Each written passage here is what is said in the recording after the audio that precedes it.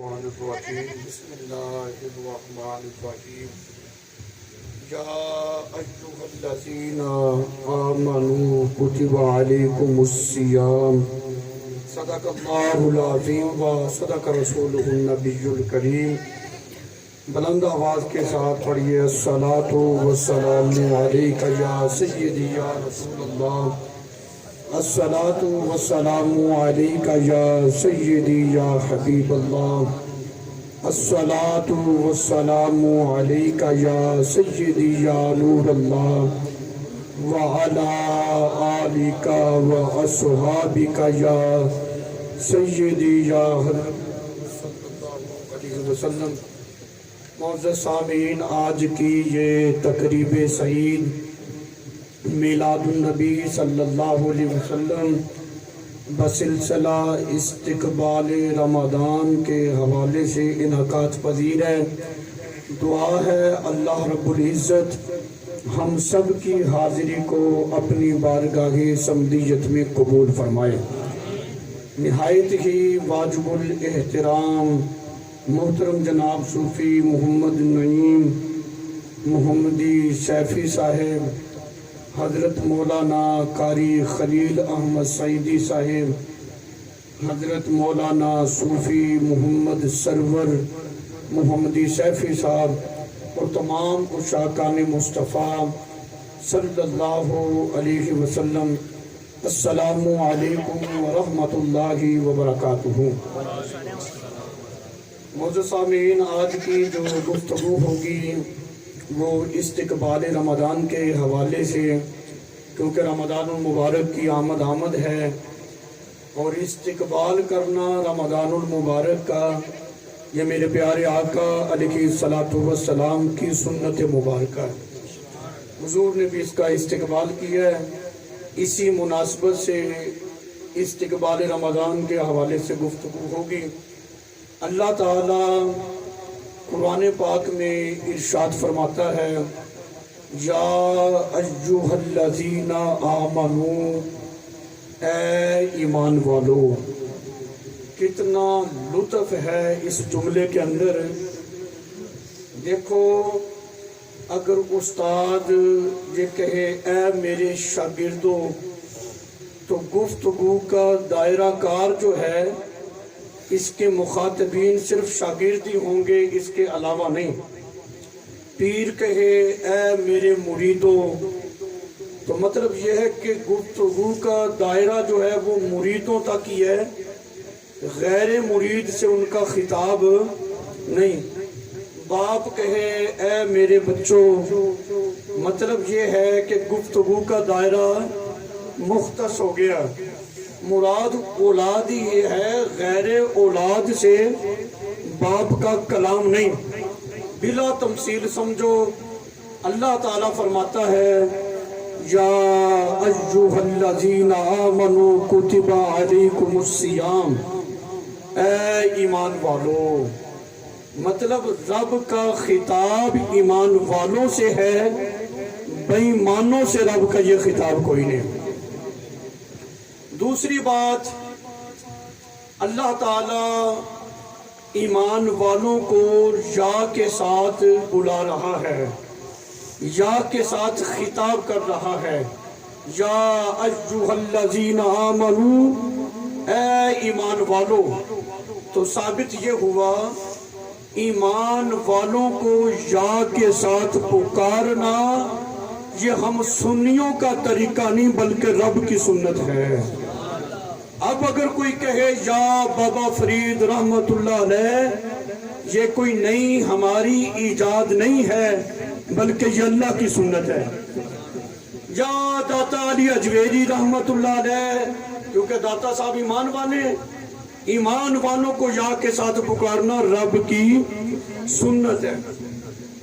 تیسری بات جو زیادہ لطف دینے والی ہے وہ یہ ہے، اگر باپ اپنی اولاد میں سے کہے کہ یہ میرا بچہ بڑا فرما بردار ہے۔ اولاد تو ساری اولاد ہوتی ہے، لیکن اس بچے کا اپنے بہن بھائیوں میں عزت سے سر بلند ہو جاتا ہے کہ کوئی نہیں۔ استاد اپنے شاگردوں میں سے کسی ایک شاگرد کو کہے یہ میرا شاگرد بڑا لائق ہے۔ شاگرد تو سارے شاگرد ہوتے ہیں، لیکن جب خاص استاد کر دے تو اس طالب علم کا سینہ فخر سے چوڑا ہو جاتا ہے کہ کوئی نہیں۔ اگر پیر اپنے مریدوں میں سے کسی ایک کو خاص کر دے کہ یہ میرا مرید بڑا متقی ہے، مرید تو سارے مرید ہوتے ہیں، لیکن جس کو پیر خاص کر دے عزت سے اس کا سر بلند ہو جاتا ہے کہ نہیں پیر بھائیوں میں۔ تو کیا خیال ہے اللہ نے محبوب کے امتیوں کو کس خطاب کے ساتھ نوازا؟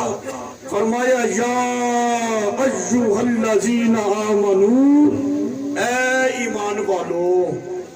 کسی نبی کی امت کے لیے رب تعالیٰ نے یہ خطاب ارشاد نہیں فرمایا اے ایمان والو، یہ کہا ہے تو محبوب کے غلاموں کو ہی ارشاد فرمایا ہے۔ تو ہمارا سر سابقہ امتوں کی بنسبت عزت سے بلند ہونا چاہیے کہ نہیں؟ یہ اعزاز ہے نبی پاک علیہ السلام کی امت کا۔ کتب علیکم الصیام، کتب مکتوب لکھنے کے معنی میں بھی آتا ہے، اور یہاں پر فرض کر دینے کے معنی میں آیا، ماضی کا صیغہ ہے کہ فرض کر دیا گیا ہے تم پر روزہ۔ سیام قیام کے معنی میں ہے۔ اچھا، تم پر روزہ فرض کر دیا گیا کس طرح؟ جس طرح تم سے پہلے والوں پر فرض کیا گیا تھا۔ یہاں بڑی خوبصورت اللہ تعالیٰ نے محبوب علیہ السلام کے غلاموں کی تربیت فرمائی ہے۔ تربیت یہ فرمائی ہے کہ بھی روزہ رکھنے سے نہ بندہ مرتا ہے نہ بیمار ہوتا ہے نہ صحت خراب ہوتی ہے۔ اگر مرنا ہوتا تو پہلے والوں کے ساتھ بھی یہ مسئلہ ہوتا، اگر پہلے والے نہیں مرے تو ہونا تمہیں بھی کچھ نہیں ہے۔ اور ویسے بھی نبی کریم علیہ السلام کا فرمان ہے، حضور علیہ السلام نے فرمایا روزہ رکھنے سے، روزہ تم رکھو، اگر تمہاری صحت خراب ہو جائے تو اس کا ضامن میں محمد صلی اللہ علیہ وسلم ہوں۔ تو پتہ چلا روزے سے صحت خراب نہیں ہوتی بلکہ درست ہو جاتی ہے۔ یہاں پر یہ بات قابل غور ہے، بڑی توجہ طلب ہے۔ ہم سب سرکار غوث پاک رضی اللہ تعالیٰ عنہ کے ماننے والے ہیں۔ 11ویں والی سرکار شیخ عبد القادر جیلانی، محبوب سبحانی قطب ربانی شہباز لامکانی رضی اللہ تعالیٰ عنہ فرماتے ہیں لفظ رمضان یہ قرآن کا لفظ ہے۔ جب قرآن کا لفظ ہے تو اس کا کوئی حرف بھی حکمت سے خالی نہیں۔ سرکار غوث پاک فرماتے ہیں لفظ رمضان، اس میں جو لفظ را ہے، حرف را، اس سے مراد رحمت الہی ہے۔ مطلب یہ ہے کہ جو بندہ رمضان المبارک کا مہینہ پا لیتا ہے، اللہ کی رحمت اس بندے کی طرف متوجہ ہو جاتی ہے۔ سارا سال ہم اپنے رب کو پکارتے ہیں، لیکن یہ وہ عظمتوں اور برکتوں والا مہینہ ہے۔ جیسے ہی اس ماہ مقدس کی ابتدا ہوتی ہے، اللہ کی رحمت اپنے بندوں کی طرف متوجہ ہو جاتی ہے۔ سرکار غوث پاک فرماتے ہیں لفظ رمضان میں جو میم ہے اس سے مراد ہے محبت الہی۔ مطلب کیا ہے کہ جس بندے کو ماہ مبارک نصیب ہو جاتا ہے، اس ماہ مبارک کا احترام کرتا ہے، اس کے احکامات کو بجا لاتا ہے، اللہ تعالیٰ اس بندے کو اپنا محبوب بنا لیتا ہے، اس سے محبت کرتا ہے۔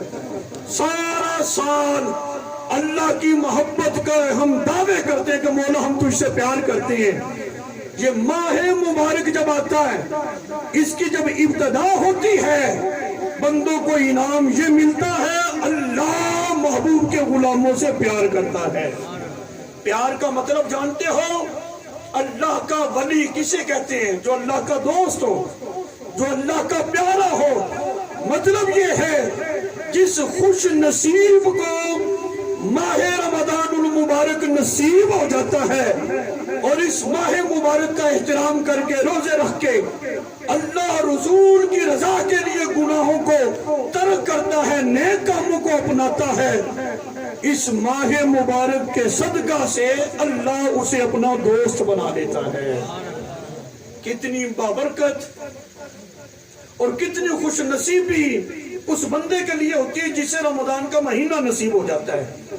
اور رمضان المبارک کی جو لفظ دعاد ہے، اس سے مراد ہے ضمانت الہی، یعنی جو بندہ رمضان کا مہینہ پاتا ہے، اس کے احکامات کو بجا لاتا ہے، اللہ تعالیٰ اس اپنے بندے کے لیے یہ ضمانت عطا فرما دیتا ہے، جب میں پیدا کرنے والا رب تجھے یہ ضمانت دیتا ہوں کہ تو جہنم کی آگ سے آزاد ہے۔ کتنا برکتوں والا مہینہ، بس ہم نے کرنا یہ ہے کہ جیسے استقبال کر رکھے ہیں اسی طرح اس ماہ مبارک کا ہم نے احترام کرنا ہے، اس کے روزے رکھنے ہیں۔ میں اختصار کے ساتھ، چونکہ ٹائم بہت زیادہ ہو گیا ہے، رمضان کا جو الف ہے اس سے مراد ہے امان الہی، یعنی اللہ تعالیٰ اس خوش نصیب بندے کو جو رمضان کا مہینہ پاتا ہے، اس کا احترام کرتا ہے، روزے رکھتا ہے، اللہ کے احکامات کو بچا لاتا ہے، رب فرماتے ہیں جا تجھے امان ہے، جہنم کی آگ تجھے جلا نہیں سکے گی، اس کے صغیرہ گناہوں کو معاف کر دیا جاتا ہے۔ اور جو لفظ رمضان کا نون ہے، اس سے مراد ہے نعمت الہی، اللہ کی نعمتیں، یعنی جب رمضان کا مہینہ آتا ہے اللہ کی رحمتیں اور نعمتوں کی بارشیں شروع ہو جاتی ہیں۔ لفظ رمضان جو ہے یہ ہے رمضا سے، رمضا کے دو معنی ہیں، ایک اس کا معنی ہے ایسی بارش جو خزاں کو بہار میں بدل دے، یہ ہے رمضان کا معنی۔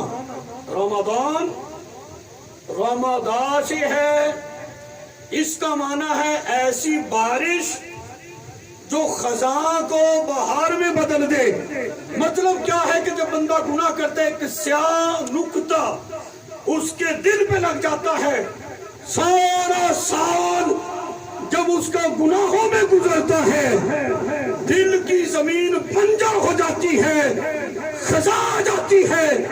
جب رمضان کا مہینہ آتا ہے اللہ کی رحمت بندے کی طرف متوجہ ہوتی ہے، بندہ رمضان کا احترام کر کے اس کے احکامات کو بجا لاتا ہے، تو تبدیلی یہ ہوتی ہے جو دل کی بنجر زمین ہے وہ تقوی کے نور سے آباد ہو جاتی ہے، اس کا سینہ نور سے منور ہو جاتا ہے، اللہ نور اس کے سینے میں بھر دیتا ہے۔ دوسرا رمضان کا معنی، چونکہ یہ رمضان سے ہے، رمضان اس شے کو کہتے ہیں جو جلا دیتی ہے، جلا دینے والی شے کو رمضان کہا جاتا ہے۔ مطلب یہ ہے جب بندہ گناہ کرتا ہے، رمضان کا مہینہ آ جاتا ہے تو رمضان اس کے گناہوں کو اس طرح جلا کر ختم کر دیتا ہے جس طرح کہ آگ لکڑی کو جلا کر ختم کر دیتی ہے۔ مطلب یہ ہے کہ ہم اس ماہ مبارک کا احترام کریں، اس کے روزے رکھیں، اللہ کے احکامات کو بجا لائیں۔ میں نے کہا تھا رمضان المبارک کا استقبال یہ نبی کریم علیہ السلام کی سنت ہے۔ حدیث مبارکہ ہے حضرت سلمان فارسی رضی اللہ تعالی عنہ تقریباً صحابہ میں سب سے زیادہ جس کی عمر تھی میرے ناقص مطالعے کے تحت حضرت سلمان فارسی کی تھی، 224 سال، اس کے بعد بھی ماشاءاللہ زندہ رہے ہیں۔ حضرت سلمان فارسی اس حدیث کے راوی ہیں، اور یہ اکثر کتب حدیث کے اندر، بہقی کے اندر بھی یہ حدیث ہے، صحیح ابن حبان کے اندر بھی یہ حدیث پاک ہے۔ حضرت سلمان فارسی فرماتے ہیں شعبان المعظم کی آخری تاریخ تھی، نبی پاک علیہ الصلوۃ والسلام منبر پر جلوہ افروز ہوئے. رمضان مبارک کی آمد ہے نا جی. سرکار منبر پر تشریف فرما ہوئے، فرمایا کہ لوگوں سنو، تمہارے پاس ایسا مبارک متبرک مہینہ آنے والا ہے جس میں ایک رات ایسی ہے کہ اس رات کی عبادت 1000 مہینوں کی عبادت سے بھی افضل ہے. نبی کریم علیہ السلام نے فرمایا، دیکھو استقبال کس انداز میں حضور نے کیا ہے. یہ ہے خطابت نبوی، اسے کہتے ہیں. نبی پاک علیہ السلام کا جو خطاب صحابہ اکرام سے تھا، فرمایا مبارک مہینہ آنے والا ہے، اس سے پہلے ہی اپنے صحابہ کو تیار کیا، اس کے فضائل و برکات ان کو پہلے سنائے. فرمایا کہ اس میں ایک رات ایسی ہے کہ اس ایک رات کی عبادت 1000 راتوں کی عبادت سے بھی افضل ہے. میرے آقا نے فرمایا کہ یہ وہ مبارک مہینہ ہے جس کے روزے اللہ نے تم پر فرض کیے ہیں. حضور فرماتے ہیں یہ وہ مبارک مہینہ ہے جس کی راتوں کا قیام جو ہے اللہ کے قرب کا بہترین ذریعہ ہے.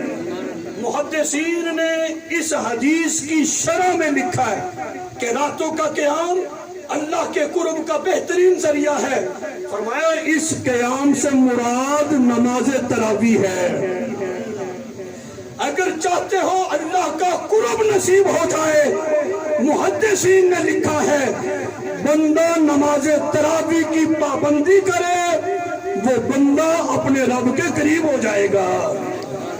آج لوگوں کے مختلف مزاج ہے. کوئی کہتا ہے میں نمبردار دے نیڑے ہو جا، کسی کی کوشش ہوتی ہے میں ناظم کے قریب ہو جاؤں، کسی کی کوشش ہوتی ہے مجھے MBA کا قرب نصیب ہو جائے. بخت والا بندہ وہ ہے جو ہر وقت اس فکر میں رہتا ہے مجھے قرب خدا نصیب ہو جائے. میرے آقا علیہ الصلوۃ والسلام کا فرمان ہے، نبی کریم علیہ الصلوۃ والسلام نے فرمایا کہ بندہ مومن سجدے کی حالت میں سب سے زیادہ رب کے قریب ہوتا ہے. میرے آقا کا ایک صحابی حضرت ابو فاطمہ، سارے کو رضی اللہ تعالی، کہہ دو سوا ملے گا، رضی اللہ عنہ، ابو فاطمہ رضی اللہ تعالی عنہ. میرے آقا نے فرمایا ابو فاطمہ جنت میں جلدی ملاقات چاہتے ہو یا تاخیر کے ساتھ؟ صحابی ہو، تاخیر ممکن ہی نہیں. عرض کی یا رسول اللہ فٹ ملنا چاہتا ہوں. میرے آقا علیہ الصلوۃ والسلام نے فرمایا ایک وظیفہ بتاتا ہوں، اس پہ عمل کرنا، جلدی مجھ سے ملاقات کرو گے. یہ وظیفہ صرف ابو فاطمہ کے ساتھ خاص نہیں تھا، قیامت تک آنے والے تمام امتیوں کے لیے، مسلمانوں کے لیے میرے آقا نے اس وظیفے کی اجازت عام کر دی. فرمایا اگر چاہتے ہو اپنے نبی سے جلدی ملاقات کرنا چاہتے ہو تو کثرت کے ساتھ سجدے کرنا، مجھ سے جلدی ملاقات کرو گے. نتیجہ یہ نکلا جو بندہ سجدے والی مخصوص عبادت کثرت کے ساتھ کرتا ہے اسے رب کا قرب بھی نصیب ہو جاتا ہے، پیارے مصطفیٰ علیہ السلام کا قرب بھی نصیب ہو جاتا ہے. میرے آقا علیہ السلام نے فرمایا یہ وہ مبارک مہینہ ہے جس کے راتوں کا قیام قرب الہی کا بہترین ذریعہ ہے. آج یہ وعدہ کر کے اٹھنا ہے کہ رمضان المبارک کی نماز تراویح نہیں چھوڑیں گے. ہمارے بعض بھائیوں کا خیال ہوتا ہے قبلہ پیر صاحب یہ کہتے کہ جی اسی کڑا روزہ رکھنا جو تراویح پڑھیے. اور بھئی نماز تراویح کے لیے کوئی روزہ شرط نہیں ہے، روزے کا اپنا ثواب ہے، تراویح کا اپنا ثواب ہے. ہر بندے ہی تراویح پڑھا کرے، ہر بندے نے روزہ رکھنا ہے، ایسا نہیں ہے جو تم نے سوچ رکھا ہے. میرے آقا علیہ الصلوۃ والسلام نے فرمایا کہ یہ وہ مبارک مہینہ ہے جس میں نفل کا ثواب فرض کے برابر کر دیا جاتا ہے. فرض اور نفل میں زمین آسمان کا فرق ہے، لیکن اس ماہ مبارک کی برکت دیکھو، بندہ پڑھتا نفل ہے، رب فرض کے برابر ثواب عطا فرما دیتا ہے. میرے آقا علیہ الصلوۃ والسلام نے فرمایا یہ وہ مبارک مہینہ ہے جس میں ایک فرض کا ثواب 70 گنا بڑھ جاتا ہے. ایک فرض ادا کیا اللہ تعالیٰ 70 فرضوں کا ثواب عطا فرما دیتا ہے. قبلہ پیر صاحب سیل لگی ہونا جی، ایک کے ساتھ 2 فری، بندوں کا رش پڑ جاتا ہے، اتنا مہنگائی کا دور ہے. ضرورت ہو نہ ہو کہتے نہیں ایک دن نال 2 فری نہیں، ایک کے ساتھ 2 فری ہیں، بغیر ضرورت کے خریداری کرتے ہو. رمضان المبارک میں کیوں سستی کر رہے ہو؟ رمضان المبارک میں ایسا مخصوص کوٹا ہے محبوب علیہ السلام کی امت کے لیے.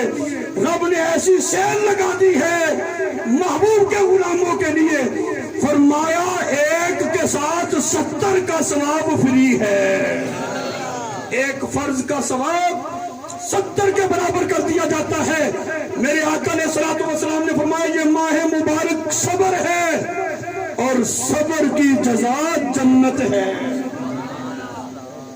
یہ خطبہ میرے آقا علیہ السلام نے استقبال رمضان کے حوالے سے ارشاد فرمایا. حضور علیہ السلام نے فرمایا، بڑی توجہ طلب بات ہے، میرے آقا علیہ السلام نے فرمایا یہ ماہ مبارک صبر ہے، صبر کی جزا جنت ہے. فرمایا کہ اس ماہ مبارک میں، اس ماہ مقدس میں جو بندہ کسی روزہ دار کا روزہ افطار کرواتا ہے، اللہ تعالیٰ روزہ افطار کروانے والے کے گناہوں کو معاف فرما دیتا ہے، جہنم سے آزادی کا پروانہ بھی عطا کر دیتا ہے. اور اس روزہ افطار کروانے والے کو روزے دار کے برابر ثواب عطا کیا جاتا ہے، اور روزے دار کے اجر میں بھی کسی قسم کی کوئی کمی نہیں کی جاتی. صحابہ اکرام نے جب یہ سنا رشک آ گیا، کمال ہو گئی. اگر کوئی بندہ کسی روزے دار کو روزہ افطار کروائے گناہ معاف، جہنم سے آزادی اور روزے دار کے برابر ثواب ملے گا. عرض کی یا رسول اللہ صلی اللہ علیہ وسلم، ہم سب میں ہر ایک یہ طاقت نہیں رکھتا کہ وہ افطار کروائے، لیکن یہ ثواب تو ہم چاہتے ہیں. میرے آقا علیہ السلام نے فرمایا رب مال کی کثرت نہیں دیکھتا، اللہ تو دلوں کا خلوص دیکھتا ہے. فرمایا کہ اگر کوئی بندہ ایک کھجور سے کسی کا روزہ افطار کروا دے، ایک دودھ کے گھونٹ سے کسی کا روزہ افطار کروا دے، یا پانی کے گھونٹ سے روزہ افطار کروا دے، اللہ اس روزہ افطار کروانے والے کو بھی جہنم کی آگ سے آزاد کر دے گا، اس کے گناہوں کو معاف فرما دے گا، اور اسے بھی روزے دار کے برابر ثواب عطا فرمائے گا. کتنی بڑی سعادت کی بات ہے رمضان المبارک میں خیرات کی روزہ افطار کروانے کی بھی. لیکن یہاں پر یہ بات بڑی قابل غور، بڑی توجہ طلب ہے. میرے محبوب علیہ السلام نے کس انداز میں اپنے غلاموں کی تربیت فرمائی، کس انداز میں رسول اللہ صلی اللہ علیہ وسلم نے اپنے اصحاب کو تیار کیا. حدیث کا مفہوم ہے، بڑی طویل حدیث ہے.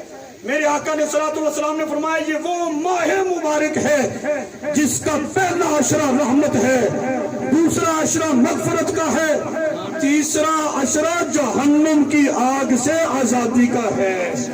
اس کا کوئی لمحہ، کوئی دن، کوئی رات برکت سے خالی نہیں ہے. میرے آقا علیہ السلام نے ارشاد فرمایا اگر کوئی بندہ ماہ رمضان المبارک میں اپنے ماتحت لوگوں کے کام میں تخفیف کرے گا، اس کے کام میں کچھ کمی کر دے گا، غیر ضروری کام اس لیے نہیں لے گا کہ یہ اس کا روزہ ہے، حضور علیہ السلام فرماتے ہیں اللہ تعالیٰ اس کے گناہوں کو معاف فرما دے گا.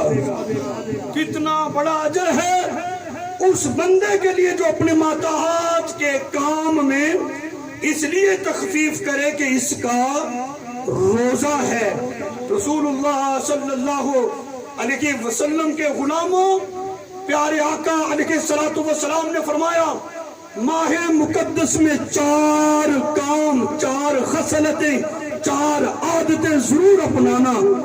2 وہ کام ہیں جن سے تم نے اپنے رب کو راضی کرنا ہے تو وہ ہے جن کے بغیر تمہارا گزارا نہیں ہے۔ نمبر ایک جو اس ماہ مبارک میں تم نے کام کرنا ہے، سرکار فرماتے ہیں کلمہ شہادت کا تم نے کثرت کے ساتھ ورد کرنا ہے۔ نمبر دو، ٹائم اتنا نہیں، میں اختصار کے ساتھ ذکر کر رہا ہوں، میرے آقا علیہ الصلوۃ والسلام نے فرمایا دوسرا کام محبوب کے سرکار علیہ الصلوۃ والسلام نے اپنے غلاموں سے فرمایا تم نے کثرت کے ساتھ استغفار کرنا ہے۔ فرمایا وہ دو خصلتیں جس کے بغیر تمہارا اپنا گزارا ہی نہیں، وہ یہ ہے کہ تم نے جنت مانگنی ہے اپنے رب سے کہ مولا جنت عطا فرما دے، اور دوسری کیا ہے ٹوٹل چوتھی، فرمایا کہ تم نے جہنم سے پناہ مانگنی ہے کہ مولا اس سے ہمیں پناہ عطا فرما۔ اتنا بندے کو دلیر نہیں ہونا چاہیے، ٹھیک ہے جو تم مریں گے دیکھی جائے گی، اور دنیا کی تکلیف نہیں دیکھی جاتی، مرنے کے بعد عذاب کیسے دیکھو گے؟ خدا سے، خدا کا خوف کرو، اللہ سے ڈرو، اپنے اندر خوف پیدا کرو۔ اس طرح کے جملے انسان کو کہاں سے کہاں لے جاتے ہیں۔ ایسی مجالس کو اختیار نہیں کرنا چاہیے جس میں اس طرح کے غلیظ لوگ ہوں جو دین کا مذاق اڑانے والے ہوں۔ ایسی مجلس میں نہیں بندے کو جانا چاہیے۔ توجہ کے ساتھ حدیث پاک ہے، میرے آقا علیہ الصلوۃ والسلام نے فرمایا جب رمضان المبارک کا مہینہ گزر جاتا ہے، اگلے رمضان کے آنے تک پورا سال اللہ حکم دیتا ہے کہ جنت کو سجایا جائے۔ جنت کو کس لیے سجایا جا رہا ہے؟ رمضان المبارک کے لیے۔ رمضان گزر گیا، اگلے رمضان کا استقبال کیسے ہو رہا ہے؟ جنت کو سجایا جائے۔ میرے آقا علیہ الصلوۃ والسلام نے فرمایا جب ماہ رمضان المبارک کی پہلی شب آتی ہے، پہلی رات آتی ہے، اللہ کے عرش کے نیچے سے ایک ہوا چلتی ہے، وہ ہوا جو چلتی ہے جنت کے درختوں کے پتوں کو وہ حرکت دیتی ہے، جنت کے دروازوں کو ہلاتی ہے۔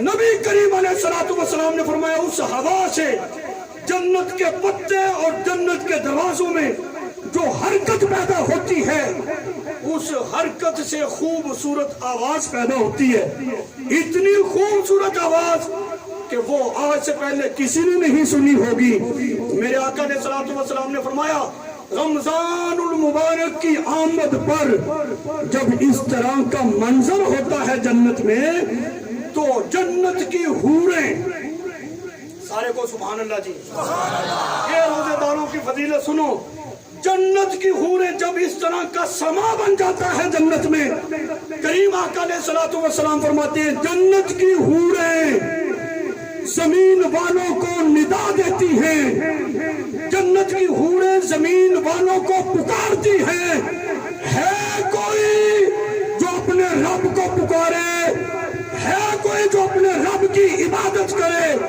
وہ جنت کی حوریں رشک میں آ کر کہتی ہیں ہے کوئی تم میں جو اللہ کو پکارے، اپنے رب کی عبادت کرے کہ اللہ ہمارا نکاح تمہارے ساتھ کر ڈالے۔ یعنی روزے دار اتنا متبرک، اتنا عظیم، اتنی برکتوں والا ہو جاتا ہے، جنت کی حوریں یہ خواہش کرتی ہیں کہ رب ہمارا نکاح ان سے کر دے۔ حدیث مبارکہ میرے آقا علیہ الصلوۃ والسلام نے فرمایا، سارے کو سبحان اللہ جی، مزاج بڑا اچھا ہے تمہارا، بلے شاہ کے شعر پہ سبحان اللہ ہے، نبی پاک علیہ السلام کی حدیث پہ خاموش ہو، سبحان اللہ کو یار اتنی حدیثیں سنا دی، میں سانس بعد میں لیتا ہوں، سرکار کی حدیث پہلے مکمل کر دیتا ہوں۔ خوش ہو کر بیٹھو، زیادہ ٹائم میں نے آپ کا نہیں لینا ہے، مجھے وقت کا احساس ہے، ماشاءاللہ بڑی خوبصورت محفل ہوئی ہے۔ میرے آقا علیہ الصلوۃ والسلام کا فرمان شعب الایمان میں یہ حدیث پاک موجود ہے۔ میرے آقا علیہ الصلوۃ والسلام نے فرمایا 5 چیزیں اللہ تعالیٰ نے میرے صدقے میری امت کو عطا فرمائی ہیں، مجھ سے پہلے کسی نبی کی امت کو وہ 5 چیزیں اللہ تعالیٰ نے عطا نہیں کی جو رب نے میرے محبوب، جو رب نے سرکار فرماتے میری امت کو عطا فرمائی ہیں۔ نمبر 1 یہ ہے خطابت نبوی، حضور کا انداز خطابت کیا ہوتا تھا؟ 5 چیزیں ہیں، نمبر 1، نمبر 2، نمبر 3، درمیان میں ادھر تو درمیان میں ادھر سرکار کا بھی جو خطابت نبوی ہے اس میں آپ پڑھ کر دیکھ لیں، افہام و تفہیم ہوتا تھا، سامعین کو سمجھایا جاتا تھا۔ اور یہ میرے آقا علیہ الصلوۃ والسلام کی مبارک سنت ہے کہ سامعین کے ٹائم کو ضائع نہ کیا جائے، تھوڑے وقت میں زیادہ قرآن و سنت کی تعلیم ان کو دی جائے۔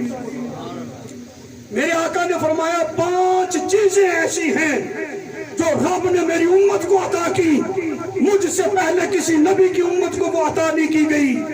نمبر 1، جب رمضان المبارک کی پہلی شب آتی ہے، جب اس ماہ مقدس کا آغاز ہوتا ہے، اللہ تعالی میری امت کی طرف نظر رحمت سے دیکھتا ہے۔ یہ اللہ کی نظر رحمت ہے بھائی۔ استاد اپنے شاگرد کی طرف دیکھے نا، پیار کی نظر ڈال دے، وہ شاگرد کہتا میں پتہ نہیں کہاں پہنچ گیا ہوں۔ مرید پہ پیر کی خاص نظر ڈل جائے، پیر کہتا ہے، مرید کہتا ہے اب میرے وارے نیارے ہو گئے ہیں۔ خواجہ نقش بند کمہار کی بھٹی کے پاس سے گزرے نا، بھٹی میں مٹی کے برتن پک رہے تھے، جب نظر ڈالی سارے برتنوں پہ اللہ اللہ اللہ نقش ہو جاتا ہے۔ اللہ کے ولی حضرت جنید بغدادی اپنے حجرے میں بیٹھے ہیں، مراقبے میں۔ نظر کیا ہے؟ توجہ، بیٹھے ہیں مراقبے میں، سر اٹھایا، اتفاق سے حجرے کا دروازہ کھلا تھا، سامنے کتا بیٹھا تھا، اس پہ نظر پڑ گئی۔ وہ کتا تمام کتوں سے ممتاز ہو گیا کہ اللہ کے ولی کی نظر پڑ گئی ہے۔ دور دور سے کتے اس کی زیارت کو آتے، اس کے ارد گرد حلقہ بنا کر بیٹھ جاتے، اس کی زیارت کرتے۔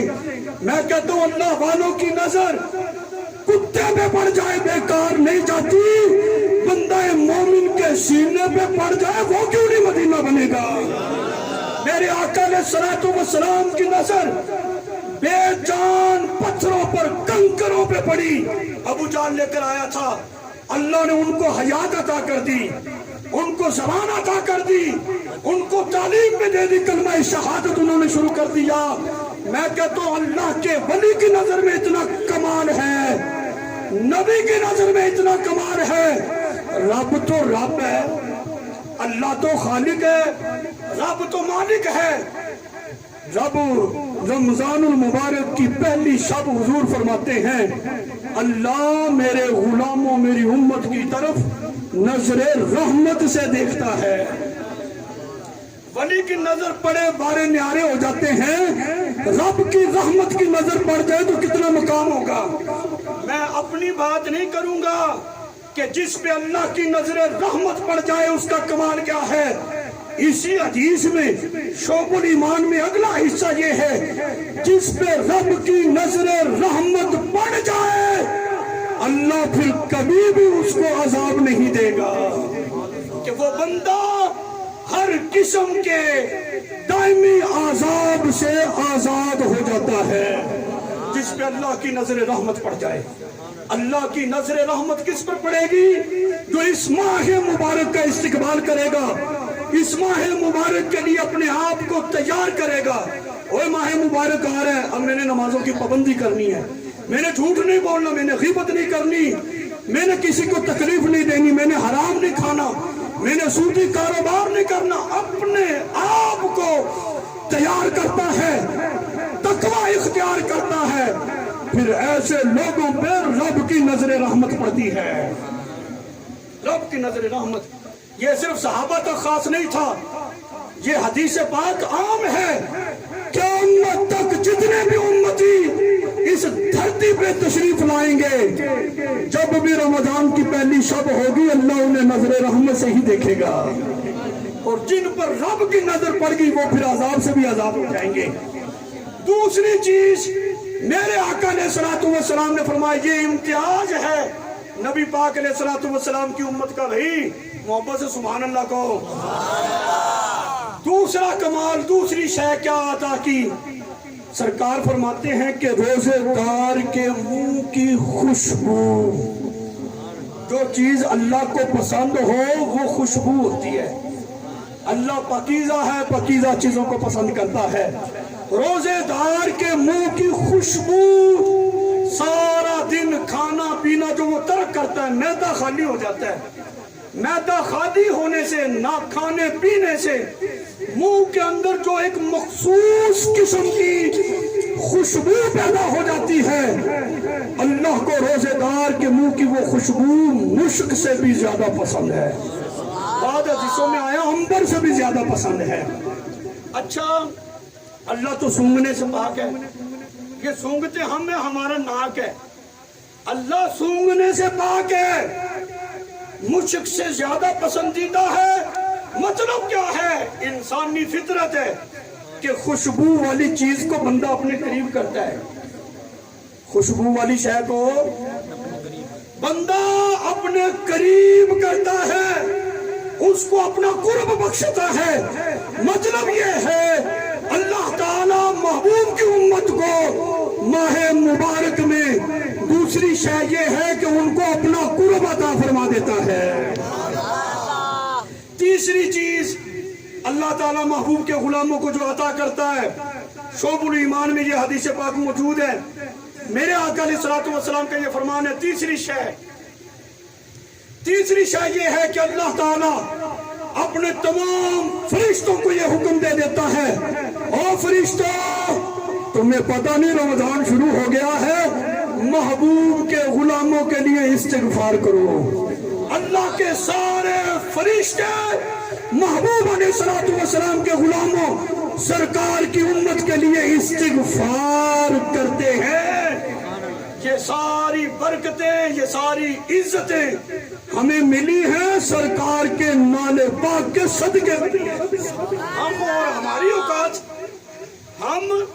اور ہماری یہ اتنی اوقات ہے کہ اللہ کے فرشتے ہمارے لیے استغفار کریں۔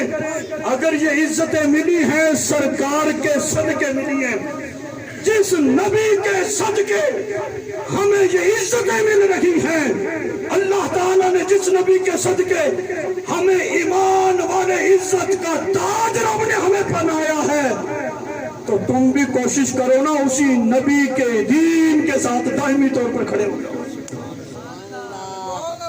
ہماری برادریاں آڑے آ جاتی ہیں، یار ہم بچے نو مدرسے پڑھا، قرآن پڑھا، عالم بنا کرنا نہیں تھا، چاچا نہیں منگا بات کرنے والی۔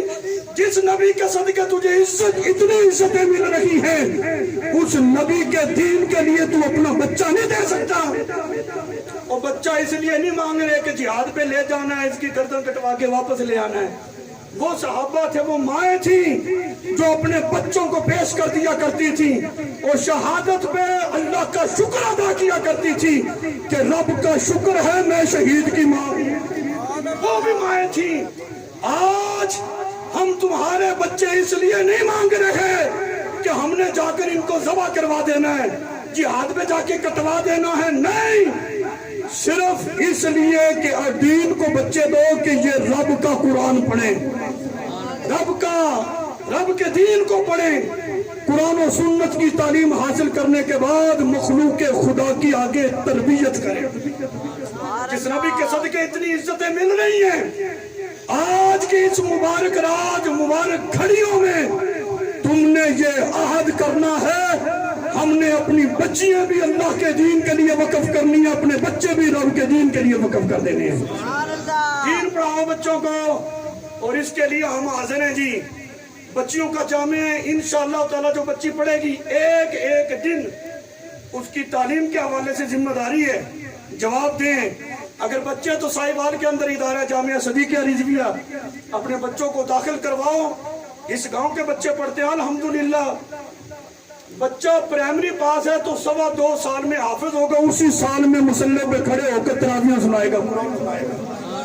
ہمارے جامعہ کا یہ اعزاز ہے، جس بچے نے 5 پارے پڑھے مصلی پہ کھڑے ہو کے نفلوں میں 5 پارے سنا دیتا ہے۔ یہاں بچہ بیٹھا ہے، اسے پوچھو، جس نے 10 پڑھے 10 سناتا ہے، 2 پڑھے 2 سناتا ہے۔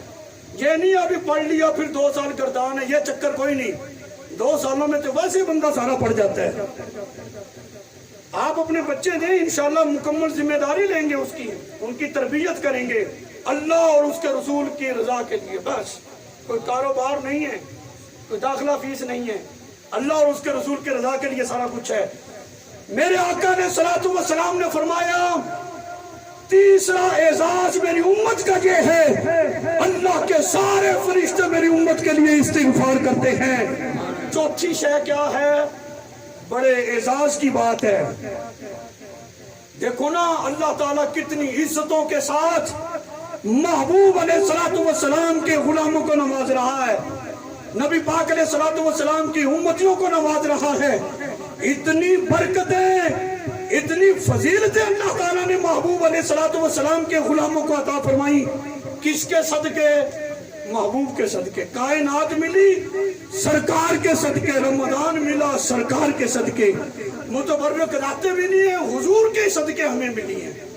دیکھو ایک بات ذہن میں رکھنا، ہمارا کوئی مہمان آئے، سرکار نے اپنے غلاموں کی تربیت کی نا، صحابہ کی تربیت کی استقبال کے حوالے سے۔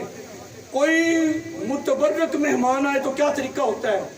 ہفتہ پہلے انتظامات شروع ہو جاتے ہیں، ہمارے مہمان آ رہے ہیں، پیر صاحب آ رہے ہیں، استاد صاحب آ رہے ہیں، فلاں عالم دین تشریف لا رہے ہیں، گھر کی صفائیاں ہوتی ہیں، ان کے کھانے کے حوالے سے ڈسکس ہوتی ہے، کیا اس کے لیے بنایا جائے گا، کہاں ان کو بٹھایا جائے گا، کہاں سے ان کو لایا جائے گا، پھر گھنٹوں پھولوں کی پتیاں لے کر انتظار کیا جاتا ہے، ہر گزرنے والے گاڑی کو دیکھا جاتا ہے کہیں ہمارے وہ مہمان تو تشریف نہیں لے آئے ہیں۔ یہ سب کچھ کیوں کیا جاتا ہے؟ تاکہ اس کا استقبال ہو، اس کو عزت سے نوازا جائے، پتہ چلے کہ ہم اس کے بڑے منتظر تھے۔ بلا تمثیل سمجھو، نبی کریم علیہ الصلوۃ والسلام نے اپنی امت کی تربیت فرمائی کہ رمضان المبارک ہے تو مہینہ، لیکن یہ عام مہینوں کی طرح نہیں ہے، یہ وہ مہینہ ہے جس کو رب نے بڑی برکتوں سے نوازا ہے، تو لہٰذا اس کو عام مہینوں کی طرح ڈیل نہیں کرنا، اس کا تم نے استقبال کرنا ہے، اس کے انتظامات کرنے۔ ہم انتظامات کیا کرتے ہیں؟ شہری میں یہ ہونا چاہیے، افطاری میں یہ ہونا چاہیے، سامان خرید لو۔ جسمانی خوراک کا انتظام، روزے کی روح یہ تو نہیں ہے کھانا پینا۔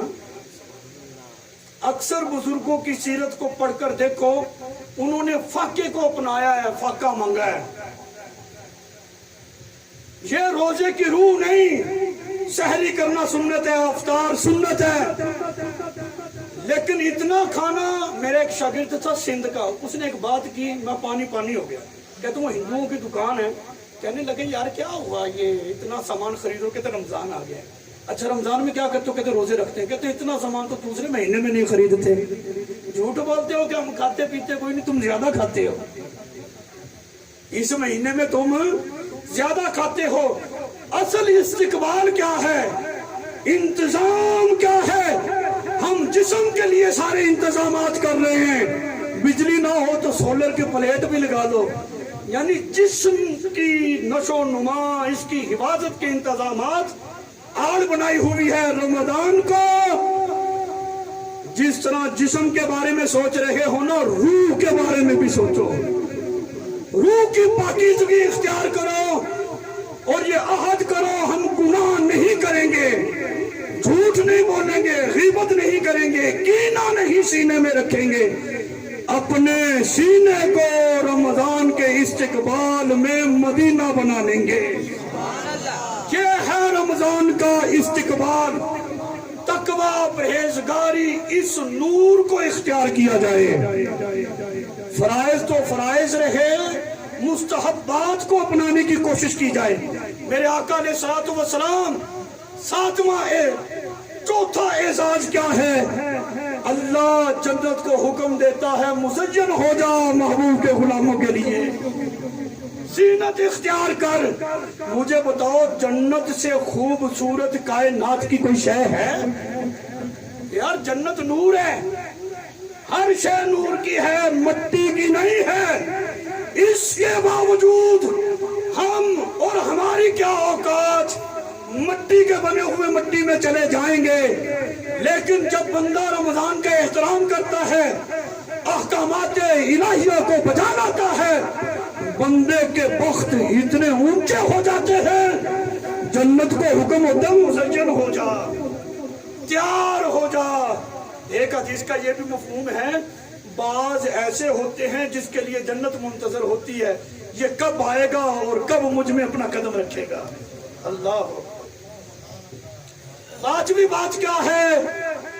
پانچواں اعزاز اس امت کے لیے محبوب علیہ السلام نے فرمایا، آخری رات پھر نبی کریم علیہ السلام نے فرمایا کہ رب فرماتا ہے کہ میں نے ان کو بخش دیا ہے، میں نے ان کو بخش دیا۔ جب بندہ کوئی مزدوری کرتا ہے نا، مزدوری کر لے تو پھر اس کو اس کی مزدوری دی جاتی ہے نا، جب مزدوری وصول کرنے کا وقت آتا ہے دوبارہ شیطان ہم پہ مسلط ہو جاتا ہے۔ چاند رات آ گئی، اب پردے کا جنازہ نکالو گھر سے، سب کو بٹھا کے لے جاؤ، اپنی عزتوں کو بازار کی زینت بنایا جاتا ہے۔ میں کہتا ہوں اسلام میں یہ چیز جائز نہیں، عورت گھر کی شے ہے، اس کو پردے میں رکھا جائے۔ اس کا زیور سونا چاندی نہیں ہے، اس کا زیور وہ ہے جو کریم آقا علیہ السلام نے اپنی صاحبزادی سیدہ فاطمہ کو عطا فرمایا تھا۔ نہیں آپ اتنے تولے تو ہونے چاہیے۔ سرکار علیہ السلام فرماتے میں چاہوں کوئی دور پہاڑ سونے کا بن کر میرے ساتھ چلے، لیکن زیور کیا دیا ہے؟ قرآن و سنت کا زیور اپنی بیٹی کو عطا فرمایا۔ تو سمجھدار باپ وہ کھانے کے ساتھ میٹھا سنت ہے، اور کوئی دوسری سنت بھی یاد کرو، یہ بھی سنت ہے کہ جب اپنی بیٹی کو گھر سے رخصت کرو دل مطمئن ہونا چاہیے، میں نے سرکار کی سنت کو ادا کر دیا ہے، میں نے قرآن کی تعلیم بھی دی ہے، سنت کی بھی تعلیم اس کو دی ہے، میں نے دین کی عالمہ، دین کی مفکرہ، دین کی محدثہ، فقیہہ بنا کر اس بچی کو میں اپنے گھر سے رخصت کر رہا ہوں۔ یہ ہے میرے آقا علیہ السلام کی مبارک سنت۔ یہاں پر جو ایک خاص بات رمضان المبارک کے حوالے سے میں کرنا چاہتا ہوں، آپ توجہ فرمائیے گا کہ اللہ تعالیٰ نے کتنی برکتیں، کتنی عزتیں، کتنی شرافتیں رمضان کو عطا فرمائی۔ پھر رمضان المبارک کے اندر روزے رکھنے والے، جو اس کے احکامات کو بجا لانے والے، ان کی عزتیں کتنی بلند ہو گئیں۔ یہ سب کچھ جس در سے ہمیں ملا ہے نا، اس در کی وابستگی دنیا، قبر، محشر، جنت میں ہمارے لیے کام آئے گی۔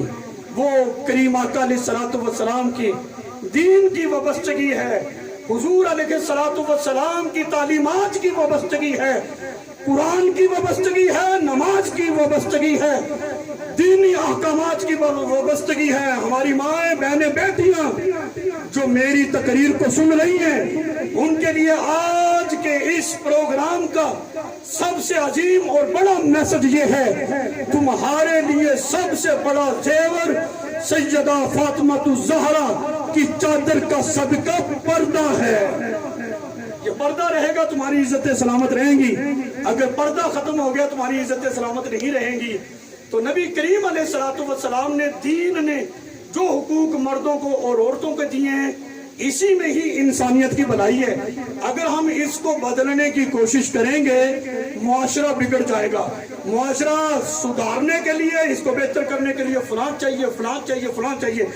میں کہتا ہوں معاشرے کو بہتر کرنے کے لیے کسی کی ضرورت نہیں ہے، معاشرے کو بہتر کرنے کے لیے رب کے قرآن کی ضرورت ہے۔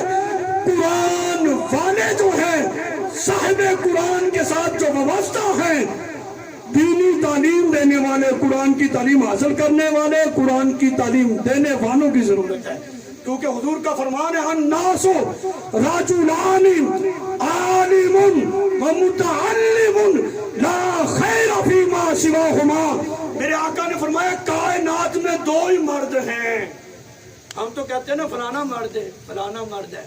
حضور نے فرمایا کائنات میں دو ہی مرد ہیں، ایک وہ مرد ہے جو علم دیتا ہے، دوسرا وہ مرد ہے جو علم لیتا ہے۔ سرکار نے فرمایا لا خیر فیما سواہما، ان دونوں کے علاوہ تمہیں بھلائی نہیں ملے گی۔ اگر بھلائی چاہتے ہو علم والوں کے پاس آ جاؤ، علم دینے والوں کے پاس آ جاؤ، علم حاصل کرنے والوں کے پاس آ جاؤ، تمہیں بھلائیاں مل جائیں گی۔ تو آخر میں گزارش ہے رمضان المبارک کی، وہ پر نور گھڑیاں بہت قریب ہیں، رمضان کی آمد ہے، ماہ مبارک آنے والا ہے۔ آپ اس کا استقبال ایک انوکھے انداز میں کریں، اس انداز میں کریں۔ اللہ نے مجھے اولاد دی ہے، میں اپنے سارے بچوں کو خود مشقت برداشت کروں گا، میں اپنے سارے بچوں کو رب کا قرآن پڑھاؤں گا، رسول اللہ کا فرمان پڑھاؤں گا، اپنی بچیوں کو دین کی تعلیم دوں گا۔ اس کا استقبال اس طرح کرو جیسی کیسی زندگی گزرنی تھی، اب میں نے نماز کوئی نہیں چھوڑنی، کوشش کروں گا تہجد کی نماز بھی پڑھا کروں گا، اپنے گھر والوں کو بھی پڑھاؤں گا۔ رمضان کا استقبال اس طرح کرو، داڑھی مبارک اگر چہرے کی خوبصورتی نہ ہوتی، کائنات کا سب سے حسین چہرہ کریم آقا علیہ الصلوۃ والسلام کا سرکار کے مبارک چہرے پہ یہ نہ ہوتی۔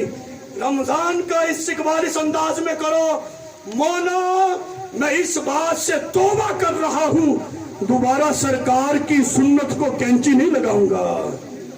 آج ہم کتنے جلسے جلوس کرتے ہیں، نبی پاک علیہ السلام کی سنت کی توہین ہو گئی، اوے ہم کہاں پہ کھڑے ہیں، سرکار کی سنت کو کہاں پہ پھینک دیتے ہیں، کس طرح بے دردی کے ساتھ اس کو کٹوا دیتے ہیں۔ کوشش کرو، نیت کرو، انما الاعمال بالنیات، اعمال کا دار و مدار نیتوں پر ہوتا ہے۔ بندہ مومن جب کسی اچھے کام کی نیت کرتا ہے اللہ تعالیٰ اس کو ثواب دے دیتا ہے، کر لے تو پھر جاری رہتا ہے، نہیں تو نیت کر لے اس کا تو ثواب ملتا ہی رہے گا نا۔ آپ نے کوشش کرنی ہے، ہر قسم کے گناہ سے ہم نے بچنا ہے، اور ہر قسم کا نیک کام ہم نے ہمیشہ کرنا ہے۔ اللہ تعالیٰ میرا اور آپ کا حامی و ناصر ہو، اور اس طرح کی محافل میں کثرت کے ساتھ ہم سب کو اللہ تعالیٰ شرکت کی توفیق عطا فرماتا رہے۔ وما علینا الا البلاغ۔